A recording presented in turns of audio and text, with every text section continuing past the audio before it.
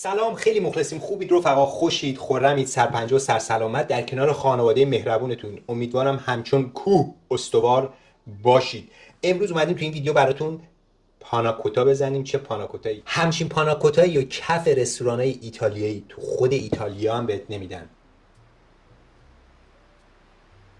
سادگی نهایت زیبایی. رستورانای ایتالیایی که رفتید خیلی ساده است، ولی غذایی که میذاره جلوت میگی دمت گرم. اینم همینه. بزن بریم برای تهیهش. زندگی منشوریست بر یا در حرکت دوار. همین الان به ذهنم رسید. بزن بریم برای تهیهش. بریم میخوام چیکار بکنیم. با ما همراه باشید. زندگی منشوری است در حرکت دوار، منشوری که پرتو پرشکوه خلقت با رنگ‌های بدیع و دلفریبش آن را دوست داشتنی، خیال‌انگیز و پرشور ساخته است. بریم برای تهیه این پاناکوتای خوشمزه که من خودم از طرفداراشم. 500 گرم خامه پرچرب داریم ما که 40% چربیشه. شیر پرچرب داریم اینجا 200 گرم. 200 گرم کرم پسته داریم.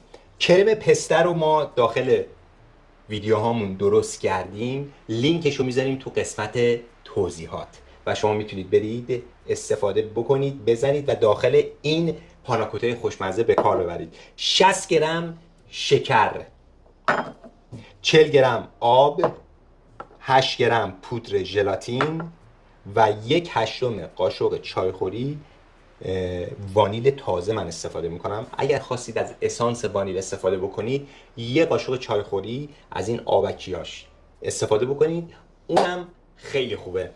بریم برای بقیه کار، با ما همراه باشید. برای شروع من این ژلاتین رو قاطی آب میکنم که خودشو باز کنه و همش هم بزنید که گوله گوله نشه. بعد از اینکه ژلاتین رو هم زدید میذاریدش کنار، به اصطلاح بشکفه، یعنی خودشو بگیره. این از ژلاتینمون. بقیه کار چجوریه دوستای عزیز؟ خامه پرچرب رو میریزم کف یه قابلمه یا ظرفی که میخواد بره روی گاز گرم بشه و شیرم باهاش قاطی میکنم، شکر، وانیل و کرم پسته. قبل از زدن پاناکوتاتون حتما کرم پستتون رو یه میل بفرمایید که ببینید شکرش در چه حدیه. اگر پرشکر بود میتونید میزان شکر رو بیارید پایین. اگر کم شکر بود میتونید میزان شکر رو از 60 گرم به اندازه 30 گرم دیگه ببرید بالا. پس مقدار شکری که توی پاناکوتاتون استفاده میکنید بستگی به کرم پستتون داره. این نکته رعایت کنید که پاناکوتاتون زیاد از حد شیرین نشه و دلو نزنه. مایه رو آوردم من روی اجاق. دمای اجاقم متوسط به رو به پایینه و مواد رو دارم هم میزنم. دمای مایتون دوستای عزیز باید نهایتاً به 60 تا 70 درجه برسه.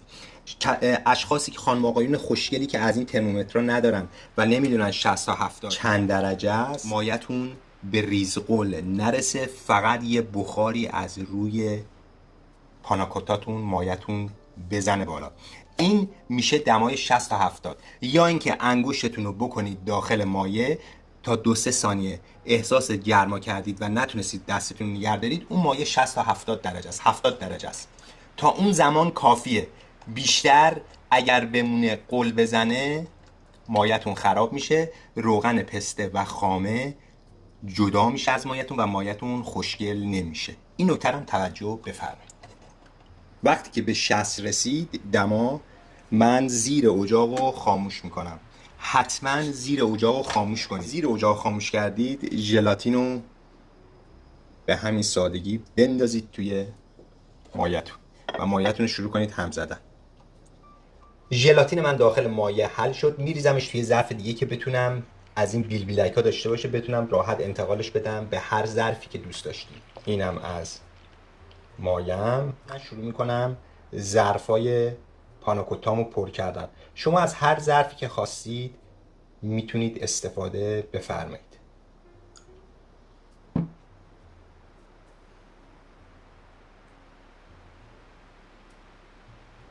یه دونه من تو همین ظرفا پر میکنم براتون. حالا تو هر ظرفی که دوست داشتید میتونید پر کنید، ولی تو این ظرفایی که سرش بازه تزیین روش خیلی زیباتر میشه. بعد از ریختن پاناکوتاهامون داخل ظرفای خوشگل میذاریم روی میز کارمون یه ذره استراحت بکنه، دماش به دمای محیط برسه، بعد بره توی یخچال که روش تدیگ نبنده. اگر بعد از اینکه گرمه سری بره داخل یخچال یه ذره روش حالت تدیگ مانند میشه که اون پاناکوتای حرفه‌ای نیست. پس این موضوع رو هم رعایت بفرمایید.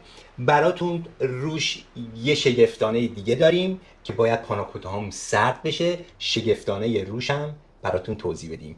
با ما همراه باشید، میریم و برمیگردیم. بعد از اینکه پاناکوتاهاتون به دمای محیط رسید میبریم بذاریمش داخل یخچال به مدت مینیمم 8 ساعت تا یه شبانه روز بمونه قشنگ خودشو بگیره. بعد هر کاری که خواستید با این پاناکوتا میتونید انجام بدید. پس ببریم بذاریم داخل یخچال. روش هم تا زمانی که داغه نپوشونید چون که بخار میزنه و پاناکوتاهاتون خراب میشه. په حدالمقدور فعلا روشو نپوشونید. هر موقع که خنک شد میتونید دراشو بذارید یا روشو بپوشونید. با ما همراه باشید. برگشتیم بعد از یک روز استراحت. پاناکوتاهای ما هم داخل یخچال کاملا استراحت کرد.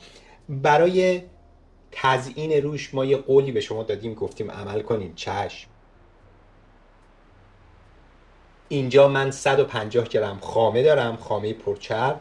میریزم کف یه کاسه. خامه رو شروع میکنم به زدن با دور پایین اول. خب خامه رو من زدم با دور پایین، هنوز خامه من شکل نگرفته و شله، فقط یه ذره پف کرد خامه. من اینجا شکر دارم به مقدار 50 گرم میریزم تو خامه‌ام و 150 گرم پنیر خامه‌ای. اگر ماسکارپونه باشه که بسیار خوشمزه تر میشه، ولی پنیر خامه‌ای هم شما میتونید بزنید روش. میزنیم داخل خامه. خامه و پنیر رو من زدم، کاملا فرم گرفت و بسیار زیبا شد. اینجا من از قهوه فوری میخوام استفاده کنم. میتونید به مقدار کمی آب، خیلی کم آب، قهوه‌تون رو به مقدار دلخواه داخل آب باز کنید. قهوه‌تون اصلا آبکی نباشه چون که خامه‌تون رو میزنه شل میکنه. خیلی قهوه غلیظ به مقدار دلخواه. من یه ذره اول اضافه میکنم ببینم چجوری میشه.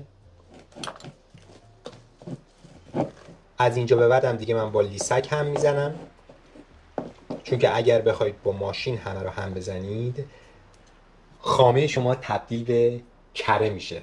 کره هم که بزنین دیگه هیچی، دیگه تبدیل به دوغ میشه، بعد تبدیل به کشک میشه، بعد دیگه هیچی. نه، ولی خامه رو حتما با لیسک بزنید. اگر موادی میخواین داخلش اضافه کنید یا طعم میخواین بهش بدید دیگه با میکسر همش نزنید. حالا چرا ما از پنیر خامه‌ای استفاده کردیم داخل خامه؟ پنیر خامه‌ای باعث میشه که انسجام خامتون بیشتر بشه و شما اگر خامه رو میخواید داخل یخچال روی دسرتون نگه دارید آب نمیندازه و اون حالت خوشگلی خودش رو روی دسر شما از دست نمیده. پس این کارو بکنید پشیمون نمیشید و مزه‌ش هم که 100 برابر خوشمزه تر. قبل از اینکه خامه رو من قیف بگیرم این صافی خامه ما رو نگاه کنید، ببینید چقدر یک دست و یک نواخت شده. بعضی خامه هست توش تیکه تیکه داره، اون به خاطر زیاد زدن خامه است. بریم برای قیف گرفتن خاممون.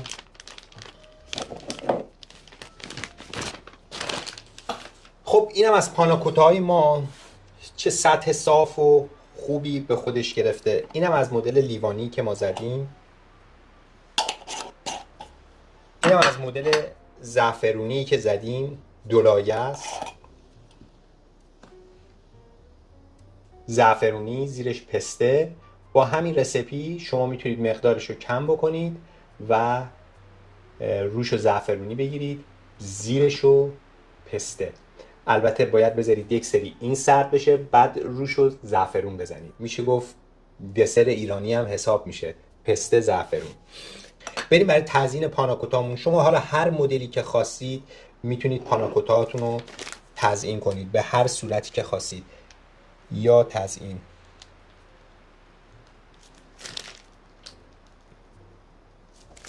پسته خورد شده دارید میتونید بریزید روش، یا حتی پسته درشت.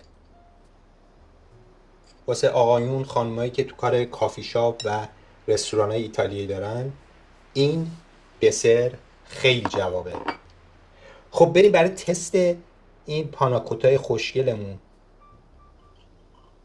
به ببین ژله‌ای میلرزه برات. به سلامتی همتون. البته طعمایی که توشه طعمای بهشتی پسته، اصلا دیگه نگم براتون دیگه. خیلی خوشمزه شده. حالا تو کامنت ها یکی اومده نوشته بود که آقا اینقدر از خود تعریف نکن، مشک آن است که خود ببوید نه اون که عطار بگوید. حالا ما دیگه تبلیغ میکنیم دیگه، چیکار کنیم. به سلامتی همتون.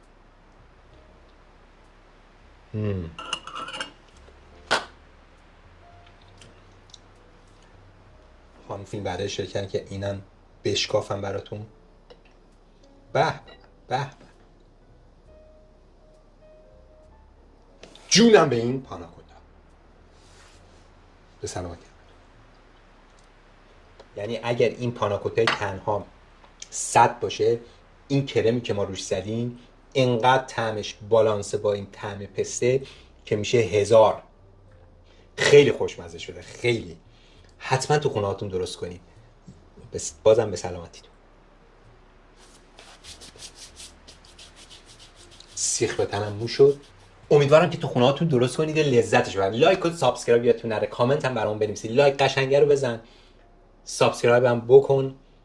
ما تقریبا 80% کسایی که ما رو میبینن سابسکرایب ندارن. الگوریتم یوتیوب به ما اینو نشون میده. پس حتما دوست عزیز، هموطن، دوست من، ما رو لایک بفرمایید. امیدوارم که همیشه شاد و خوش و سلامت باشید در کنار خانواده مهربونتون. تا یه کار جدید دیگه، تا یه جرقه بازی دیگه، همه رو به خدای بزرگ میسپارم. خدا نگهدار. این اوست داشت ها؟ آره اوست. خداحافظ.